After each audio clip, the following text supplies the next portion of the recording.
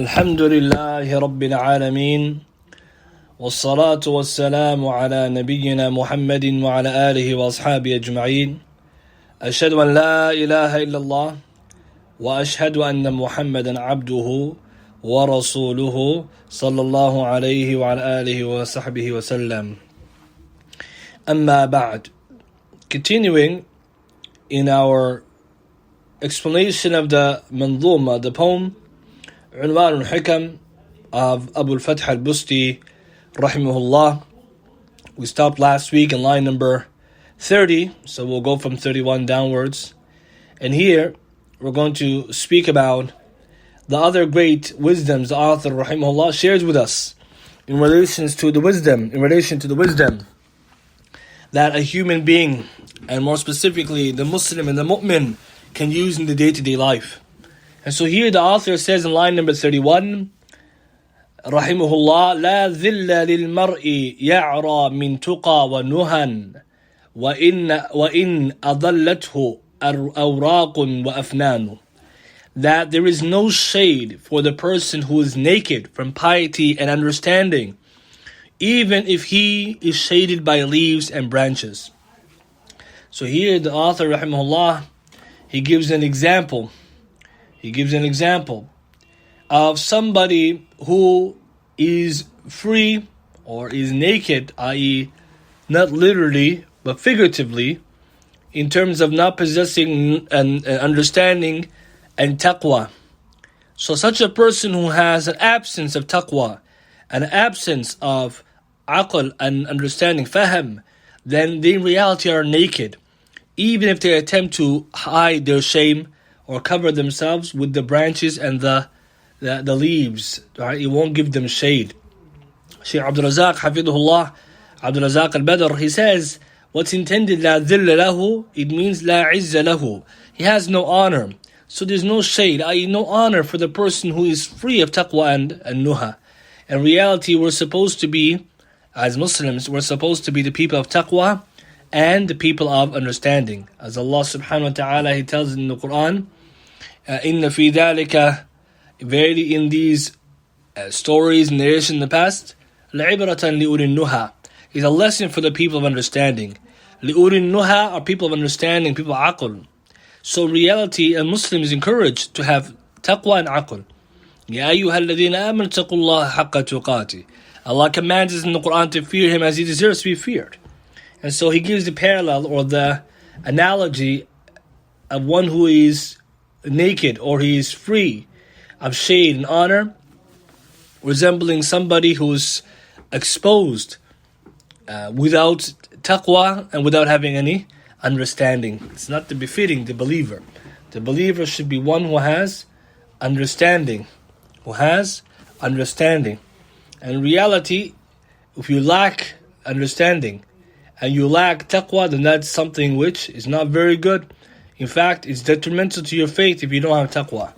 And that's why it's interesting, the wording he used it's based on the example Allah subhanahu wa ta'ala He gives when He describes taqwa. وَلِبَاسُ التَّقْوَى ذَلِكَ خَيْرٌ. Allah in Surah Al-A'raf, He describes taqwa like clothing. So Allah subhanahu wa ta'ala, when He speaks about the clothing, the ni'mah He has given us of clothing, He reminds us that the clothing of taqwa, that is better. The clothing of taqwa, that is the clothing which is better. And so as a Muslim, we should have taqwa. And we should also be people of understanding. وَلِبَاسُ التَّقْوَى ذَلِكَ خَيْرٌ. So it's a reminder for us. As well, if you think about people today, concerned with their outer appearance, not concerned with their inner appearance, concerned with the outer beauty, not with the inner beauty. So the believer is one who he tries their best to rectify what's between them and Allah, what's inside themselves and their heart, what is inside their heart, how they are in terms of their religion. And Allah subhanahu wa ta'ala then will make them have izzah. He will honor them. But if you try to gain honor by disobeying Allah, or staying away from His commandments, disobeying Him in order to to win the favor of others, then in reality, this person will be exposed. So it's a great reminder for the believers. وَلِبَاسُ التَّقْوَى ذَلِكَ خَيْرٌ. Worry about not just your outer garment, the trappings of the religion. Worry about the way that you appear. The way that you are in front of Allah subhanahu wa ta'ala. Because this is the most important type of clothing and covering and honor that somebody could have. Right? It's a very interesting example. And then the author, rahimahullah, continues in line 32, where he says, وَالنَّاسُ أَعْوَانُ مَنْ وَالَتْهُ دَوْلَتُهُ وَهُمْ عَلَيْهِ إِذَا عَادَتْهُ أَعْوَانُ. And people are supporters of the one whom the worldly life turns towards him. And if he turns away from him, and if it turns away from him, then they become enemies to him. Subhanallah. The nature of mankind. People, they are inclined towards people of wealth. If you have the dunya, things are going for you, as they say, then you have many friends and many supporters. But when you don't have the dunya and you lose it, don't have much things going for you, in terms of your worldly success and your material success, then the people will turn against you, the same people who might have been for you. And here we learn a benefit that people in general are inclined to other people due to their wealth. And the Shaykh, the way he describes it, he uses the word a'wan, which means supporters, servers, one who is at the service of someone. So Shaykh Abdul Razak, he says, Hafidhullah, it means the one who the dunya is turned towards him, i.e. the person has material wealth, worldly possessions. The people will be in khidmah, service to them, i.e. supporting them night and day, always trying to be with them, prepared to serve them and to flock around them. And if that person then obviously doesn't have the dunya, they're not sahib al-mal, and not people of wealth and status, then the people are prepared not to serve them and turned away. In reality, what are they serving? They're serving the wealth. And this is a reality many of us can testify to. People are always there. People are always your friend when you're wealthy. People are always willing to do something for you when you have power, when you have success. But when you're a regular person who doesn't have much money, who doesn't have much power, then people are not always there to serve you so easily. And the reason why people serve people so quickly is in order to obtain something of their wealth. This is the reality. They want something of that person's wealth. And the reason why they're inclined, as we said in the lines before, that the people incline towards money. Al-mal, the word mal in Arabic, it comes from the word, or the root word is mal yamilu, which means to incline. So this is why Sufyan al-Thawri rahimahullah said that money, wealth and money is called mal because the heart's inclined towards it. And so what you notice here is that if somebody's material success or material standing increases, then all of a sudden you have new friends and new supporters. And wallahi, we look today, the people in our society, whether they be celebrities, or whether they're people who are wealthy, or people who come from a wealthy family, look at the people at their door, willing to do whatever they want for them, despite the fact that those people are only trying to get something of their wealth. But as for the people who are not so wealthy, then not too many people are there to support them, to be at their service. Of course, unless the person is righteous, and the equalizer, that which breaks all of the cycles, ilm. Knowledge puts you in a footing much better, much higher than anything else. And that's why we find Ahlul Ilm, they're the people, most people want to be in their khidmah, in their service, because Allah raises people by ilm, without which He doesn't raise them in wealth. يَرْفَعِ اللَّهُ الَّذِينَ آمَنُوا مِنْكُمْ وَالَّذِينَ أُوتُوا الْعِلْمَ دَرَجَاتٍ. Allah, He increases those of you who believe, and those who bring knowledge, who give knowledge in degrees. But the reality is, when we look at this statement of the Shaykh, Abul-Fath Al-Busti, well, it's a very true statement. That if you have wealth and status and position, people are ready to incline towards you, serve you, support you. And when you lose it or you don't have it, then they are, as he says, وَهُمْ عَلَيْهِ إِذَا عَادَتْهُ أَعْوَانُ. They become then your enemies, or at the very least they forget about you. So a believer should be cautious. They should be conscious. Who are they surrounding themselves with? When do those people appear in your life? This is the question you should ask yourself. Who are these people? When did they appear in my life? What did they want from me?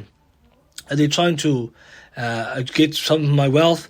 Are they only there for my wealth? Or are they there because genuinely they care about me and they have good qualities that I should surround myself with them?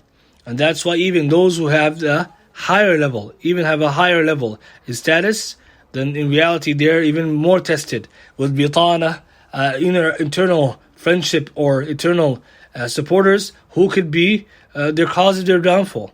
And that's why Allah subhanahu wa ta'ala, and also in the hadith, it teaches us the people who are given these power, position, and authority, they should be careful what kind of bitana, what kind of internal group or friends or supporters that they take, because this could obviously have detrimental effects in order to ruin their standing. With that being said, it's also important that we can be careful about hanging around with people who they only want something of our wealth or their status. So important. You be careful of hanging around people who they're only there in order to get something of your wealth. And if you notice someone is like this, i.e. they're not really there to benefit, or they don't really care about you, you should let them know clearly that that's not what you are about. Because this is one of the problems that we have. People, they think everyone is on the same page. And the author is going to teach us that next. People are different. And so as a Muslim, we should be very cautious of who we're surrounding ourselves with. SubhanAllah, some people, they may come to you, or they befriend you, simply so they can gain something of your wealth. Simply so they can gain something of their wealth. And others may come to you, and they don't want anything of your wealth, but they are good friends, and they're with you because of your good religion and good mannerisms, turning a blind eye to what you may have of success and wealth. And others may befriend you at times of hardship. Some may come to you at times of when things are good. So a Muslim should always be conscious who is around them. What do they want from me? How are they dealing with me? And also, because people are different, you shouldn't be naive and think everyone who befriends you, especially when you have wealth and money, that they are good friends. How many rich people that they were deceived by this? They have close friends, they spend on them, they took care of them, and then they lost everything. And that person that they were befriending ran away. Hatta some people, they will praise you in order to gain the wealth that you have. And so you bring them near due to the praise that they give you. And then when you no longer have the money, the praises stop. And so the Muslims should be conscious all the time about this. And that's why if you go to the kutub, you find the ulama talking about these kind of behaviors and practices, warning against it, and talking about people, how they are. Like here, the Shaykh is warning us about that. That there are some people, they will come to you when things are going good, when you are in a good status. And then other times when things are not there, they're no longer there. So a Muslim should not be naive. And if you want something to reflect on, Kitab al-Kabair, Shaykh al-Islam Muhammad ibn Abdul Wahhab, rahimahullah, if you go there, he has a chapter. From the major sins is to flatter someone in order to obtain something of their wealth or what they have with them. From the major sins is to flatter someone. بِمَا لَيْسَ فِيهِ, that which he doesn't have. And why do people do this? In order to obtain something of wealth or the status. He brings the ayah, قال Allah Ta'ala, وَجْتَنِبُوا قَوْلَ الزُّورِ, be wary and avoid, absolutely avoid, قَوْلَ الزُّورِ. The qawl al-zur is that false statement. Then he brings a narration, but in the Musnad of Imam Ahmad, of Abdullah bin Amr al-As, Abdullah bin Mas'ud radiyallahu ta'ala anhu. And he says there that a man will go out of his house and with him is his religion, and then he will meet someone in which he has a haja, he has a need from them. And I want us to pay attention to this narration because it's teaching us a great lesson. People who are praising you, or they want something from you, you need to ask yourself a question: what does this person want from me? What do they want? Or are they trying to get something out of me? Because at the end of the day, the believer is not comfortable with praises. The believer is not comfortable with people praising them and saying things to them in their face. So he said the person will go out and do this, praising people and flattering them, etc., until he gets what he wants. It will say, you are like such and such, and you are like such and such. Yuthni alayhi. He's praising him until he's able to fulfill his need. So that person, in reality, will be in the anger of Allah subhanahu wa ta'ala, and he will return to his house without any deen. And the origins narration is actually Tabarani, and Al-Haythami says Majma' al-Zawaid al-Rijal are sahih.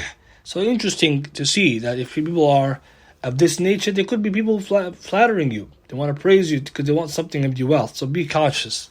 Be cautious, especially nowadays when friends are many, i.e., people who claim to be friends, but reality are not that many. And then line number 33, building on the same idea, he says, سحبان من غير مال باقل حصر وباقل في ثراء المال سحبان. It's a very interesting verse, a line. He says, the eloquent person who does not possess any wealth is considered inarticulate according to people. And the inarticulate person who has wealth is considered eloquent. What does this mean? Shaykh Abdul Razak, he says that sahbanu is a method, it's an Arabic proverb for one who has fasaha. Yani they're fasih, they're eloquent. And so it's a method for a person, an Arabic proverb for a person who's very capable of articulating themselves and expressing themselves. And it comes from, obviously, an Arabic method, an Arabic proverb or adage. So such a person, if they don't have wealth, but they're eloquent in their speech, in relation to the people, they're considered somebody who is inarticulate. And what is the word he uses? He uses the term baqilun hasarun. Now, this is referring to a specific Arabic method, Arabic proverb, that Shaykh Abdul Razak says is a man from Bani Ayad.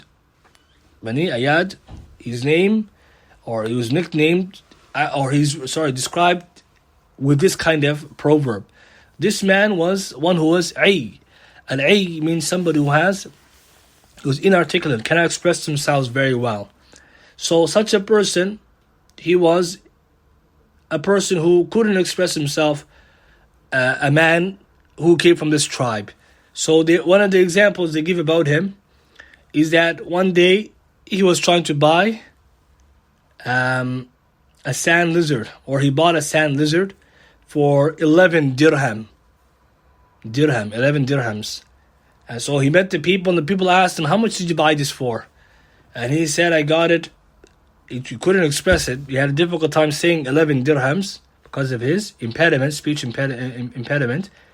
So what he did was he raised his hands to count to them, to show them the number 12. As he raised his hand and also tried to articulate it with his tongue, he tried to say 11, even though he had a hard time. As he raised his hand, the sand lizard ran away. Subhanallah. Because he was holding his hand, and he asked him how much. Because he couldn't say, he tried to show with his hands, and it's gone. It left. Subhanallah. So they said then, because of the difficulty he had. So this is the kind of person who is considered baqilun hasar, one who have a hard time speaking. So a person is eloquent but has no money, in the people's eyes, he's inarticulate. There's no benefit. But the person who can't articulate themselves well but has money, then the people consider him articulate, and they consider him well spoken. And what it really is trying to say is that the people honor such people of wealth, and they give them status above their level due to their wealth, even though they don't have the qualities to befit it. As for someone who has good qualities, like he's expressive and articulate, but he's poor or doesn't have wealth, and the people don't really care, because as we can seem to see the theme, wealth is what drives people closer to other people. So again, these are lines that corroborate a very powerful point, that people are driven by their self-interest. People are driven for their need and their love for wealth. Allah says in the Quran about the believers, about the humans, that humans in general, regarding their love for money, because this is a human trait. Humans, they love wealth. This is important, whatever status may be. وَتُحِبُّونَ الْمَالَ حُبًّا جَمًّا. Allah says that you love wealth. You love the wealth with a great love. And so when you think about this, with much love, this is how humans are. So because of this, the nature of some people is that they incline to you just for that. So you got to be careful, otherwise you'll be the one who will lose. Then the author rahimahullah continues, and he says in line 34, لا تودع السر والشاء به مدلا فما رعى غنما في الدو سرحان. Subhanallah. He says, لا تودع السر, do not entrust a secret, وَالشَّاءً بِهِ مَدِلًّا, to someone who will just essentially spread it. Because sheep are not pastured in the land of wolves. Allahu Akbar. Beautiful imagery and beautiful point there. For sheep, فَمَا رَعَى غَنَمًا فِي الدَّوِّ سِرْحَانُ. Sirhan here means the dhib, the wolf. So here he's talking about the dangers of إِفْشَاءُ السِّرِّ. A Muslim should be conscious. Spreading secrets is haram. But more importantly, the person should not entrust his secret to one who will spread it. This is important. We need to now learn life skills and lessons. The believer, the one who's aqil, intelligent, doesn't spread his secret to one who will spread it. Shaykh Abdul Razak commenting on this line, this is a very powerful one, because today we have a big problem in our communities. A lot of people are exposing people's secrets, or exposing one another after they have a fallout, and talking about the awrat, the secrets and the hidden affairs. Shaykh Abdul Razak, he says, do not give, i.e. the one who is considered here, وَالشَّاءً is a different version of this line. It says يَبُوحُ بِهِ. So there's different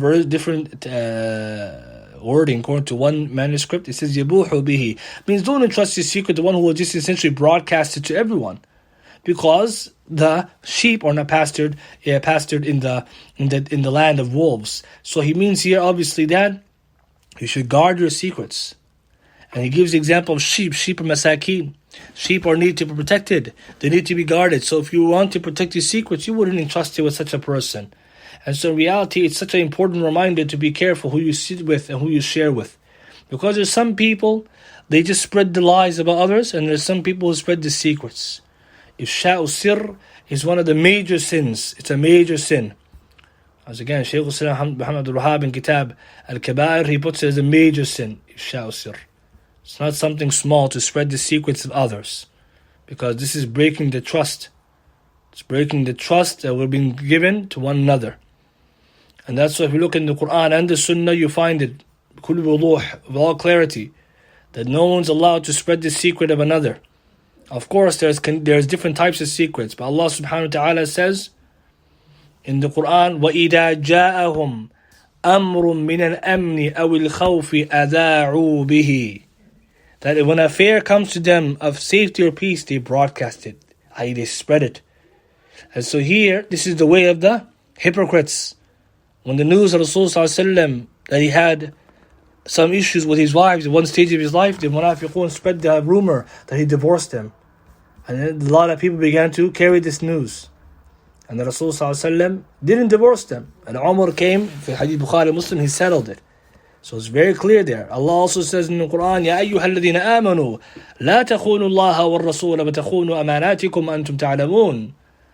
O you who believe, do not betray your trust. Do not betray Allah's messenger, and do not betray your trust, and you know. So this is important. This is in relation to what? To a similar point.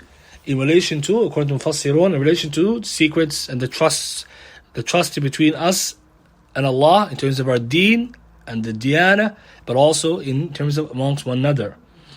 And that's why Nabi sallallahu alaihi wasallam in hadith he warned against such people. For example, he said, Hayy Abu Sa'id al-Khudri fil Muslim, the Rasulullah said, Inna min asharri nas, very the worst people in the sight of Allah, Yawm al-Qiyamah, is the one who had intimacy with another woman, i.e. husband and wife, and then he went and he spread her secret about her and her affair, her body, and all these things which are haram to be spreading. And so that's part of spreading the secrets, amongst the intimacy of the secrets. And so here, some of the commentators means that secrets in regard to intimacy and what happens behind closed doors, because this should not be spoken about. And there are many, many other evidences in relation to that. And so sometimes we see, at times you can spread secrets. So now we need to mention, what is the categorization of it? Before we mention the categorization of secrets, we should know as a Muslim, A believer should be intelligent, doesn't give their secret to everybody. Some people are too trusting. Some people, they're naive. They give their secrets and their trust to people who they don't know what they will tell. And some things shouldn't be said. And some things shouldn't be shared. And some people, it shouldn't be told. Just like if you know something, you don't always say. Every topic you know in your mind, every knowledge that you have gained, you don't share it, everything with everybody. Some things that you know, you don't say it. Because it can be misunderstood, it can cause corruption. But when you don't know somebody too well, or you're not that close to them, you got to be careful. But of course, if the person did share a secret, bin bab al-amana, the other person, haram upon them to share it. So the author is teaching us on two sides. One, you shouldn't be sharing these secrets with people who you don't know or you don't trust. And the person who is entrusted with the secret should never tell it, as long as that person told him not to do so. What if they said they don't mind? Go ahead.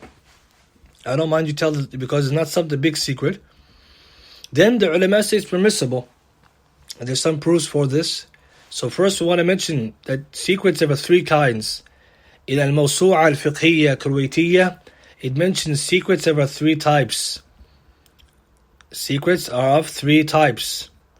The first one is a secret that is ما أمر الشرع بكتمانه. The legislation has commanded for it to be kept hidden. The second one, so one is where the Sharia teaches you you're not allowed to share it. That's, for example, like we just gave, a man and wife, intimacy. What happens in the bedroom between them, haram to share. Second, ما طلب صاحبه كتمانه, or ما طلب صاحبه كتمانه, that which the owner of the secret has requested that it can be kept hidden. So the secret owner, the one who has the secret, he told not to share it. She said, don't tell others. And the last one, that the one which, that the secret itself should be hidden, but due to certain situations, it can be revealed. Means due to a certain reason, it can be revealed. So what we'll take from this, or that which it's not even supposed to be concealed generally. It's not something that people would conceal anyways. So what we take from this is the types of secrets are important. But the problem that we suffer from in our societies, people share these secrets like it's no problem. Because they don't remember these rules, or they don't mind. They think it's all the same. And the same secret you say in public, if somebody gave you amana, you told you don't tell anybody, don't share it, they'll text you and say please keep it hidden, and you just go on and broadcast it.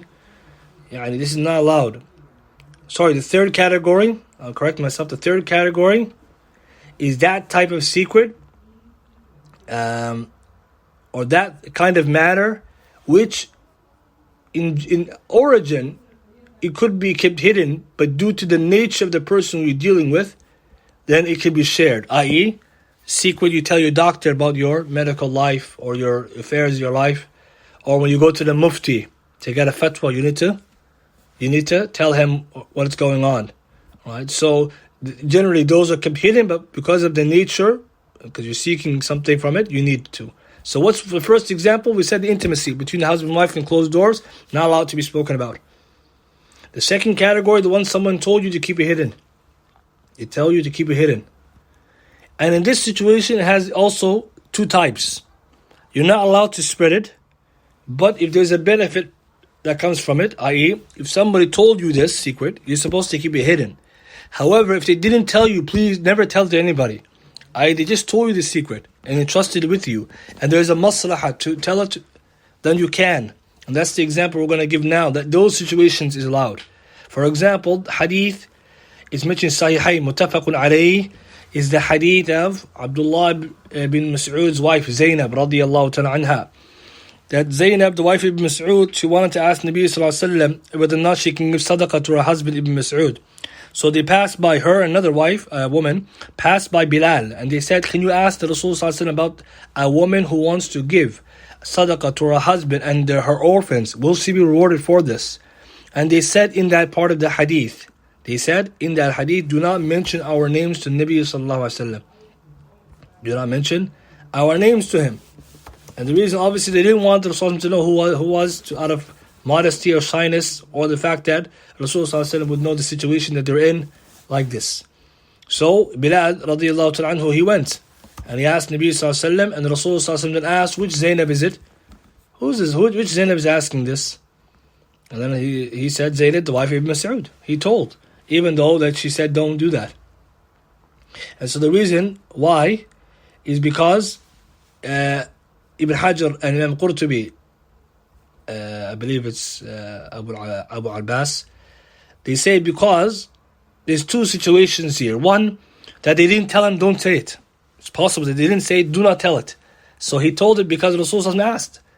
So one response to it, why did he tell their names even though they told please keep it hidden? I keep our names hidden, and they're requesting it that it be kept hidden. So it's a secret now. Who's asking? And it's adab too. Someone is asking a question or asking for something. You don't. If the name is not necessary to be mentioned, shouldn't. But Rasul asked, Zayanib, which Zainab is it? And the reason why Rasul asked because he wants to know. So when he went and he said, Ayu Az-Zayanib, which Zainab was it? And he said who it was. This, they say, is proof that you can tell it. A second reason why he did, because the situation was either they didn't say don't say, i.e. they didn't say like commanding and binding upon him, or recommended that they don't mention the name, or the second one that Rasulullah said asked, and answering the Prophet takes more precedence than keeping the name hidden. Means responding to Rasulullah, it's a must. Istajibu lillahi wa rasulih ila da'akum. Right? We have to respond to Allah's Messenger with the command when they or speak to us. So there are other proofs like this as well. And what we take from this is that the believer, other than the situation like this, if someone told you to keep it hidden, there is no maslaha, or it's not part of the profession like the mufti, because that's another way we're looking at it. This is the mufti asking for the fatwa, or you go to the mufti and you tell, for example, a woman comes to the qadi or the mufti and tells all about what her husband is doing, or all about husband says about what his wife is doing, or you go to a doctor and you tell them the things that you do, because this is part of the job. That's different. That's different than what we're mentioning here. The general rule, it should not be mentioned. And the idea is that the other time when someone told you not to tell, and there's no maslaha can be derived from that, then it's a major sin. Major sin. And that shows us now the danger that we're living in, where people are just spreading people's secrets like it's nothing. But where do we place the blame? First, we place the blame on the person who shared it with the one who is not trustworthy. That's the first problem, if you knew the person wasn't trustworthy. But on top of that, when you tell a secret to someone, you be careful. Because the author said you don't, right? The wolves, the sheep are not pastured in the place of the wolves, right? So if you know this person easily tells people anything, if you know this sister just spreads the news to everyone, you got hadar, you have to be careful.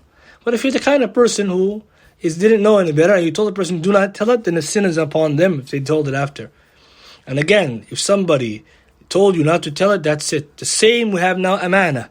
Someone texted you something, someone wrote you something, it's min bab al-amana. You're not allowed, the ulama said, if someone texts you something or told you something, you just go and you share with your broadcast with your friend circles. Rasulullah said, if a man speaks to another man, ثُمَّ يَلْتَفِتْ, then he looks around, فَهِيَ amana. Means he would speak to somebody, and the person turns around, literally, leaves, or looks around before they tell you, in order to no one heard what he's saying, or she's saying, it is amana. Today we have this problem in our society, like we said, people sharing the secrets. It's very dangerous, and it's problematic, and it's sinful. So the benefit the Shaykh's teaching us, do not share your secrets so easily. Keep between you and yourself. You and yourself. And if you don't trust somebody, trust someone who is trustworthy, and bi'idhnillahi ta'ala, that person will not share your secret to others. Because again, how many times do we hear or we see online secret messages being shared? People's private issues are being aired in public, and nobody has a word after that, because as Mashaykh they mention that this kind of sharing the secret, even if it's in a situation where the person is no longer your friend, Yani, no longer your friend, they're no longer, no, even then you should not be sharing the secret of somebody.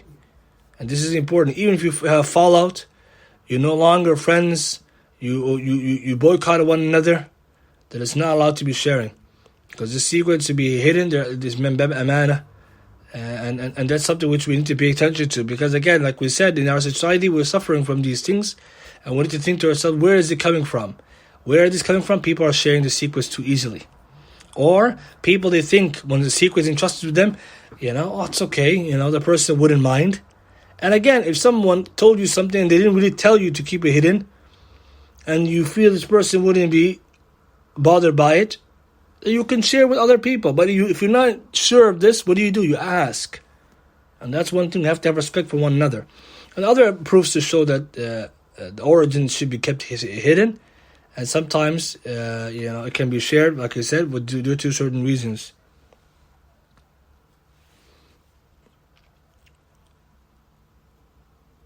For example, the narration, Aisha, when Rasul passing away, he told Fatima the secret that she's going to be the first one to be, should be from the Sayyidah, the leaders of people of paradise. First she was crying, then she became smiling. They take from this hadith Ibn Hajar and Ibn Battal and others the permissibility of sharing a secret, because the Rasul told secretly, as long as that sharing doesn't create kind of harm. Again, it has some fa'idah, but besides that, we should be careful. And this is I think a timely advice. The last line, inshallah, we finish with. The author says, لا تحسب الناس طبعا واحدا فلهم غرائز لست تحصيها الوان. Subhanallah. He said, do not consider the people to be of one nature. They have dispositions which cannot be enumerated by the colors. Allahu Akbar. These are golden wisdoms. Do not consider people to be all of one nature. People are different. And how different are they? That their characteristics, in instincts, and innate natures are so diverse they can't become enumerated by the various colors that we have. Here, Shaykh Abdul Razak says what's intended by it, people are not one type. And there's a proof. Nabi Sallallahu Alaihi Wasallam taught us that people are different. And this is a benefit, because if you think about people, and you need to know how to deal with people. People skills means people are different. People are different. So if you know people are different, you treat them differently. And if you think people are all the same, then that's the first mistake. You treat everyone the same. I.e., we're not talking about courtesy. We're talking about how you talk to them and how you deal with them. I mean, some people are easily angered. Some people are calm. Some people are close. Some people are far. You know all of these stuff. Some people, they need to be spoken to and repeated. قال عليه الصلاة والسلام, and this was Shaykh Abdul Razak says is proof to show that people are different types. الناس معادن كمعادن الذهب والفضة. People are different origins, just like gold and silver. People are like different origins, i.e. they're like minerals. And another hadith, تجدون الناس معادن. You'll find people like minerals. So what does this mean? Shaykh Razak says, Hayy Sahihain, means they're not all the same type. People are different types. So, if you know people are different types, you got to deal with them differently. Yeah, you can't just treat everybody all the same way with how you talk to them, how you deal with them. Always with courtesy and respect and adab, but also the way you get to them, the way that you can encourage them, the way that you can push them forward, the way you can advise them. And also, the people, they will treat you differently. Some people, you find them, they can be harsher without intending. Some people are softer. You have to learn these things because people are different. That's why Allah subhanahu wa ta'ala tells us, خُذِ الْعَفْوَ وَأْمُرْ بِالْعُرْفِ. Pardon the people and act upon the urf, right? The goodness and the customary behaviors of people. But here the Shaykh says, because the people, their nature and the origins are so diverse. They're so diverse, in reality they cannot be encompassed by the colors. So you're supposed to ask Allah subhanahu wa ta'ala to allow you to have good people skills. Nabi sallallahu alaihi wasallam is the best example. How he dealt with the Bedouin, it's not like how he dealt with the resident. How he dealt with the close to close, it's not how he dealt with those who are far. Us, we need to learn this. Today we call it emotional intelligence. This is what we call emotional intelligence. And that's ma'ad. This is from our mishkat, from the light source of the kitab and the sunnah. This is how important to learn these things. For example, And we'll give some one or two examples. We end with this. Rasulullah how he dealt with the Bedouins, that he was patient with them. He was patient with them. So someone would come and they would ask a question, and sometimes the Sahaba didn't understand. They didn't understand what the person was saying. But Rasulullah he would listen and he would pay attention to what they were saying. And other times they would come to him, and the Sahaba, they found the person's questioning was rough. And sometimes a Bedouin would say, I'm going to ask you a question, I'm going to be rough with it, so please don't take offense. For example, Hadith Bukhari, Hadith Talha ibn Ubaydillah radiyallahu anhu. A man from Najd came who was not very kept, or didn't have much kept hair. His hair was not kept well. He came, يُسْمَعُ دَوِيُّ صَوْتِهِ وَلَا يُفْقَهُ مَا يَقُولُ. We could hear his loud voice, but we couldn't understand what he was saying. Till he came near, and then we came to know that he was asking about Islam. So Rasulullah was patient, listening to what he was saying and advising him and answering him. Other times someone would come and they would ask a question, or they will see, for example, the Bedouin who urinated in the masjid. Look how Rasulullah dealt with everyone. But those who were residents, those who were from the Ahl Medina, they would deal with them differently because they are close and he knows them closer and he knows them well. Another example, the stranger versus one who is near. So for example, Rasulullah he was tough when the words he gave to Mu'adh when he knew Mu'adh was prolonging the salah and making it difficult for the people by reading long surahs in Isha. But then other person who prayed poorly, he was very calm with him and soft. Why Rasulullah was harsh with Mu'adh? Because Mu'adh is alim and he's close to him and he knows him well. He's Sahabi, very close Sahabi. And the other man who didn't know any better, Rasulullah was lenient with him. So this is important. People are different types. And then on top of that, the way you talk to people. Some people, they need to be repeated for them something. Some people need to be more soft in your tone. Some people you can be a little bit more clear, direct. All of this is from the knowledge a person should try the best to obtain. If anyone has any questions, inshallah, they can ask. Bi-idhnillahi ta'ala, we'll take it. Inshallah now, since we have something to tell anyone about it, and came to a similar situation where they found in it suitable to mention the story, but without mentioning their names. Is this allowed?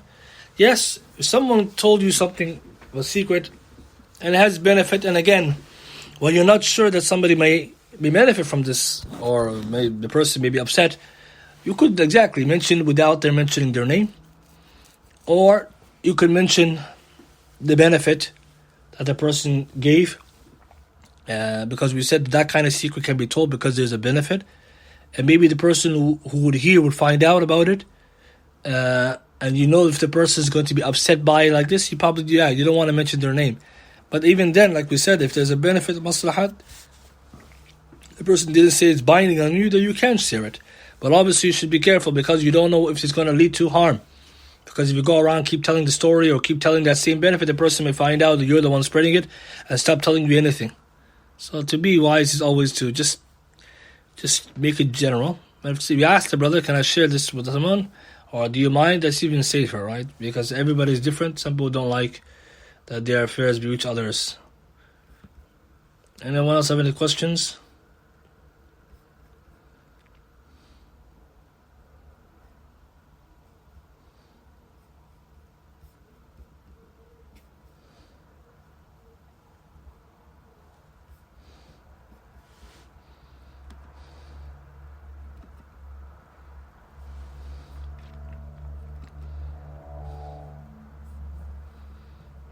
Any other questions?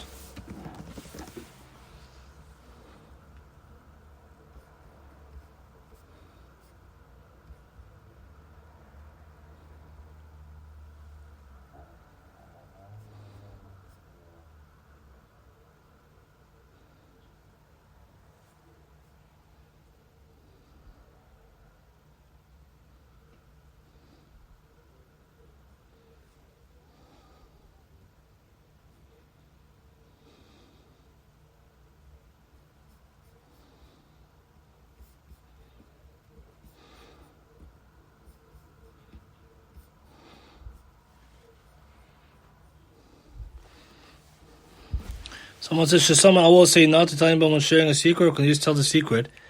Everyone is different. You don't have to say all the time, do not tell anyone. But obviously, if you tell someone a secret and you're trusting with it, that person shouldn't share it, of course. unless the conditions of his marriage are met, or there's a need or a benefit, or the person passed away, or something like these lines where there's a permissibility. If once you entrust a secret with someone, the origins, they're not allowed to share it. That's the asl. So if you don't have to keep saying, you don't have to. But if you did, it keeps you protected. But the idea is, like we said, first problem, we should know who we're telling the secret to. Second thing people should know is haram to share the secret without permission and or the conditions or rules allowed where it's allowed. And that's why the author was trying to teach us, be wary who you're telling the secrets to. Because, like we said, if you're just sharing with everybody, then you're the one who's mistaken. Just going in public and telling everybody your secret.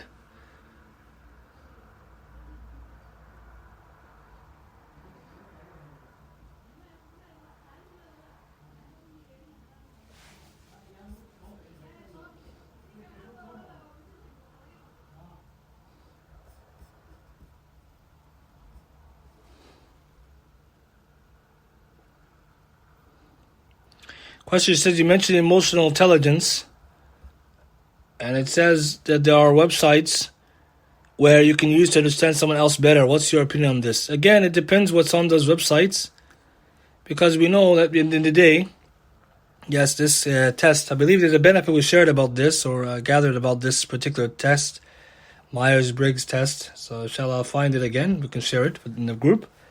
There's something I collected, I think, or gathered something on it. But we say these are all guidelines. They're not exact, and they're not considered to know exactly how people are. Again, personality tests, even these guidelines. These are guidelines to learn, but they're not exact, right? So we cannot use these tests to say, okay, I know 100% how somebody is. But if they can give you an understanding and benefit that they can use for hudud, they can be used within a certain boundary. And I believe there's a benefit we shared. Inshallah, we could the brother shared it, alhamdulillah. So the benefit we take from this is that using these things within the guidelines mentioned is permissible, inshallah, but we have to be careful not to be i'timad, reliance on these things. And the way that we can build our emotional intelligence is, number one, reading from the Quran and Sunnah and emulating Nabi sallallahu alaihi wasallam, and trying to increase our knowledge from the wisdom of those before. As if you continue to benefit from these works, the ulama and the people of wisdom, those who are older, they can share with you these benefits, and you can combine and to get some kind of experience. As we said before, wisdom can be obtained through knowledge, it can be obtained through experience and those who have benefit. But you can use them in some hudud. Inshallah, the benefit is there, shared. I want to finish with the last point. Imam al-Mawardi, he writes something beautiful in his kitab, Adab al-Dunya wad-Din, page 307 to 308. He says, وَكَانَ حِفْدُ الْمَالِ, verily preserving wealth is easier than hiding a secret. Verily preserving wealth and protecting wealth is easier than keeping a secret hidden.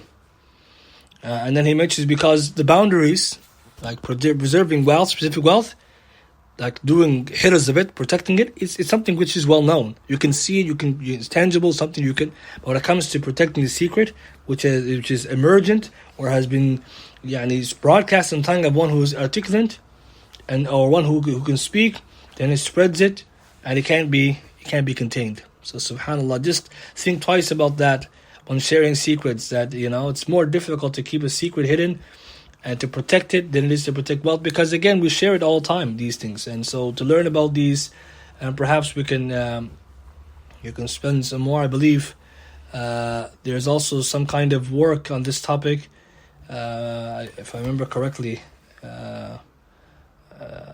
Abu-Fajr, he might have compiled something, if I remember correctly, on this subject. I could be mistaken, but I do remember something on this. So that's another thing that we can work, that we can inshallah return to. Inshallah, we end with this much. Subhanakallahumma wa bihamdika, ashhadu an la ilaha illa anta, astaghfiruka wa atubu ilaik.